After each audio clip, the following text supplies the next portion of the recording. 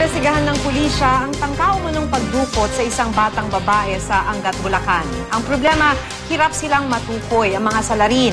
Wala raw kasing plaka ang sasakyang gamit ng mga ito at nakatakip ang kanilang mga mukha ng tangkaing dukutin ng bata. Nakatakdang isa ilalim sa counseling ang nakatakas na bata para matugunan ang nararanasang trauma.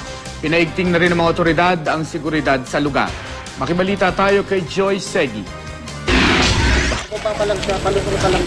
Sa bahagi ng kalsadang ito sa Barangay Tabok sa Angat, Bulacan, tinangka umunong dukutin ng 11 anyos sa babaeng si Kim, di niya tunay na pangalan. Kwento ni Kim, pauwi sila ng bahay ng kanya nakababatang kapatid galing sa tindahan. Pero may nakalimutan daw silang bilhin kaya bumalik ang kapatid niya. Habang si Kim, naghintay na lang sa gilid ng kalsada. Nakatayo na lang po ako, dintayin ko na lang po siya. Tapos po yung banatan ako po dun sa bilis-bilis po ng takbo niya. Tapos po, nung may malapit na po sa akin, bumagal po yung takbo. Binukas po yung pinto ng bat. May isang lalaki po lumabas, nakabonit po. Ay nawakan niya po ako sa kamay. Ano pa nakita mo sa kanya? Meron ba siyang dalang Baril lang po. Nagpumiglas daw si Kim hanggang sa makawala sa kamay ng lalaki. Tumakbo raw siya at nadulas at nahulog pa sa isang hukay sa gilid ng kalsada. Nasugatan ang biktima. Ang kapatid naman ni Kim nagtatakbo at humingi ng saklolo. Dinadinig na lang nung misis ko na may umiyak na bata. Yung bata nga, umiiyak na nagtatatakbo. Nasabi yung kapatid daw niya, may kumuha. May kumuha raw sa kapatid niya, isa na kayo sa van. Nakita niyo po ba yung van? Hindi namin nakita yung van Tumakas naman ang sinasabing lalaki. Hanggang ngayon, takot na takot pa rin daw si Kim dahil sa nangyari.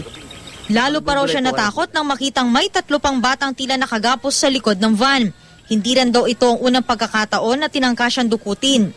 Ilang taon nang nakakaraan, muntik na rin siyang madukot malapit sa kanilang eskwelahan pero maswerte ring nakaligtas. Inirekomenda na rin ng pulisya na isailalim siya sa counseling.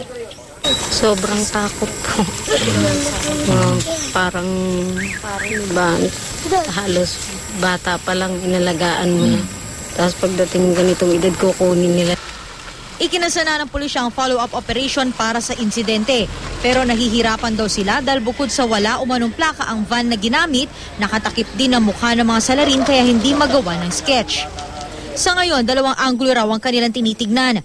Una, ang pagdukot sa bata para kunin at ibenta ang internal organs nito. At pangalawa, para gamitin sa krimen ng bata tulad ng pagiging drug courier. Nitong mga nakaraang linggo, napabalita ang sunod-sunod na pagkawala ng mga bata sa bansa. Soling tala ng pulisya, umabot sa 56 sa mga batang naging biktima ng pagdukot sa bansa noong nakaraang taon. Dahil dito, lalong hinigpitan ng mga otoridad ng pagpapatupad ng mga ordinansa para sa seguridad gaya ng curfew. Sa Maynila, alas 10 ang gabi hanggang alas 4 ng madaling araw ang ipinapatupad na curfew. Doon sa mga magulang, unang-una bantayan nila yung kanilang mga anak, huwag nilang hayaan na magpagala-gala sa lansangan. Joy Segi, Nagbabalita, Pilipinas.